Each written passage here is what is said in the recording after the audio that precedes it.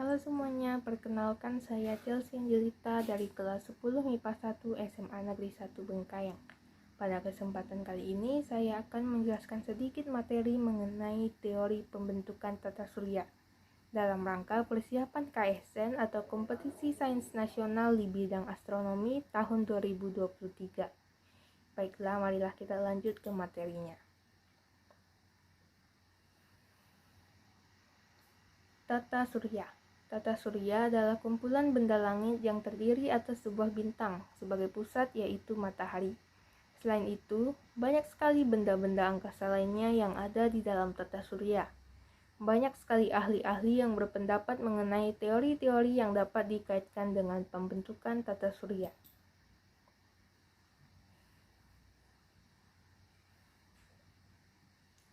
Marilah kita ingat kembali. Terdapat 9 teori pembentukan tata surya, antara lain yaitu 1. Vortex model, 2. Hipotesis nebula, 3. Hipotesis planetesimal, 4. Teori pasang surut, 5. Teori bintang kembar, 6. Teori awan antar bintang, 7. Teori awan debu atau protoplanet, 8. Teori ledakan mahadasyat atau Big Bang, 9. Teori apungan.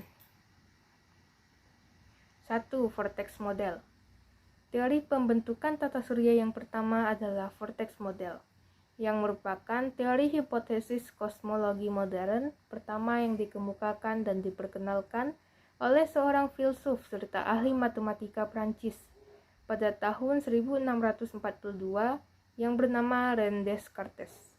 Beliau menyatakan pada teorinya kalau tata surya yang ada berasal dari awan partikel yang berputar menyerupai pusaran air dengan letak orbit yang mendekati lingkaran. Awal mula letak matahari yang berada di pusat serta calon planet yang terletak pada pusaran utama atau piringan cakra materi pembentuknya. Sedangkan satelit yang ada terletak pada pusaran tambahan yang ada di sekitar pusaran calon planet. 2. Hipotesis nebula. Teori nebula ini pertama kali dikemukakan oleh seorang astronom asal Swedia yang bernama Emanuel Swedenborg, tepatnya pada tahun 1734. Kemudian pada tahun 1796, teori ini dilengkapi kembali oleh seorang ilmuwan Prancis bernama Marquis Pierre Simon de Laplace. Teori nebula ini yang menyebutkan bahwa tata surya berasal dari proses kondensasi atau penggumpalan kabut materi dan memiliki wujud materi berupa campuran gas serta debu yang memiliki ukuran yang jauh lebih besar jika dibandingkan dengan ukuran tata surya. Pada situasi tertentu, bila nebula yang ada memiliki massa yang sangat besar, maka akan terjadi pula tahapan kondensasi yang terjadi berulang kali. Proses yang terjadi ini dinamakan sebagai proses fragmentasi. 3. Hipotesis planetesimal.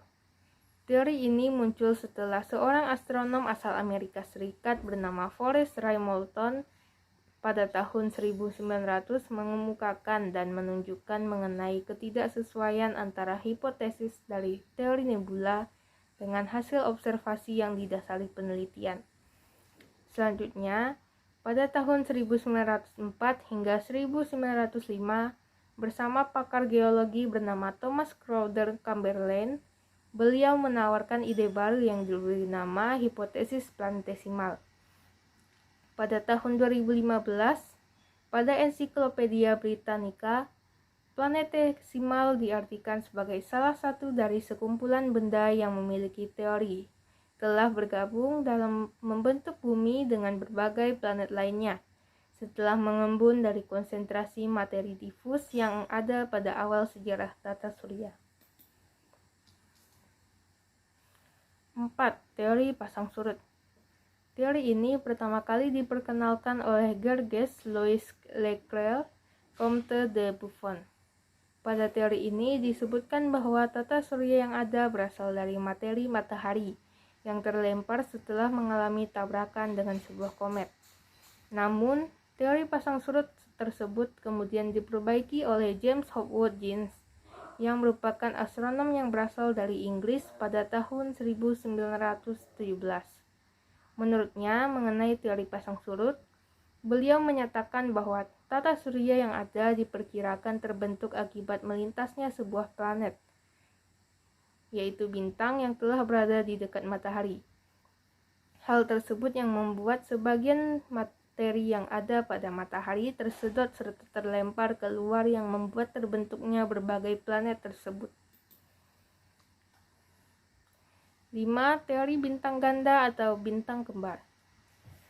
Teori bintang ganda atau bintang kembar dikemukakan oleh Ray Littleton pada tahun 1930-an. Beliau mengemukakan dan menyimpulkan jika matahari yang ada pada awalnya merupakan sistem bintang ganda, yang kemudian pasangan dari matahari mengalami tabrakan dengan bintang lain. 6. Teori awan antar bintang.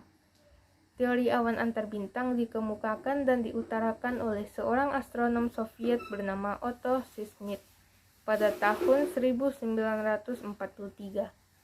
Dalam kajian teori ini, banyak pula astronom Soviet yang ikut bergabung serta berfokus pada teori ini, di mana Littleton juga ikut serta dalam memodifikasi teori ini berbasis mekanisme penggumpalan awan materi yang mirip dengan planetesimal.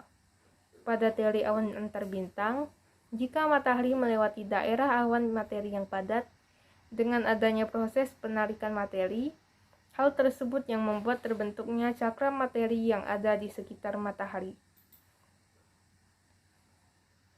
7. Teori awan debu atau protoplanet. Teori ini dikemukakan oleh seorang ahli astronomi yang berasal dari Jerman, bernama Carl von Weizsäcker, pada tahun 1940-an, yang melalui teori protoplanet ini mengemukakan pendapatnya mengenai bagaimana terbentuknya tata surya yang ada.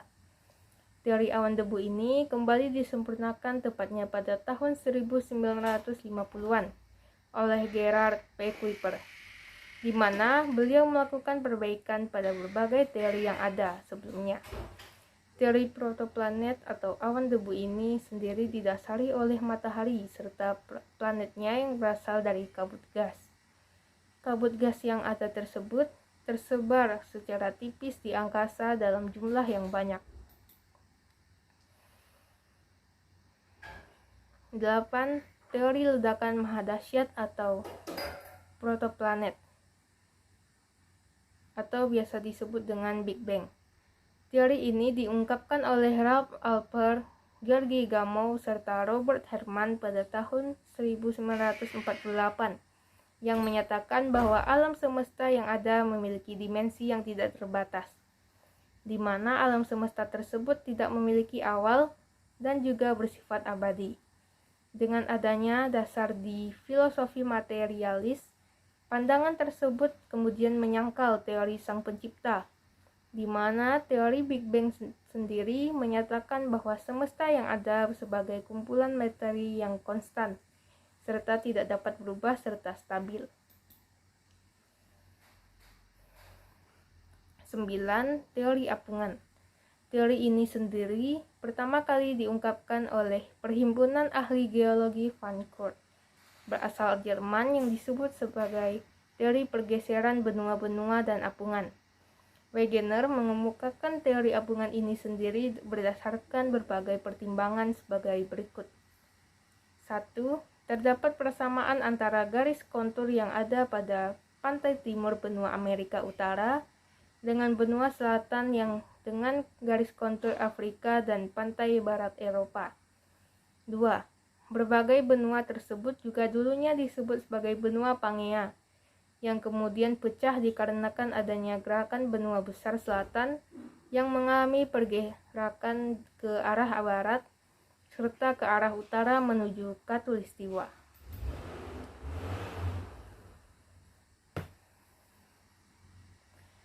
Baiklah teman-teman, sekian dulu materi yang dapat saya sampaikan pada kesempatan kali ini. Semoga apa yang saya sampaikan ini dapat bermanfaat bagi kita semua. Sampai jumpa.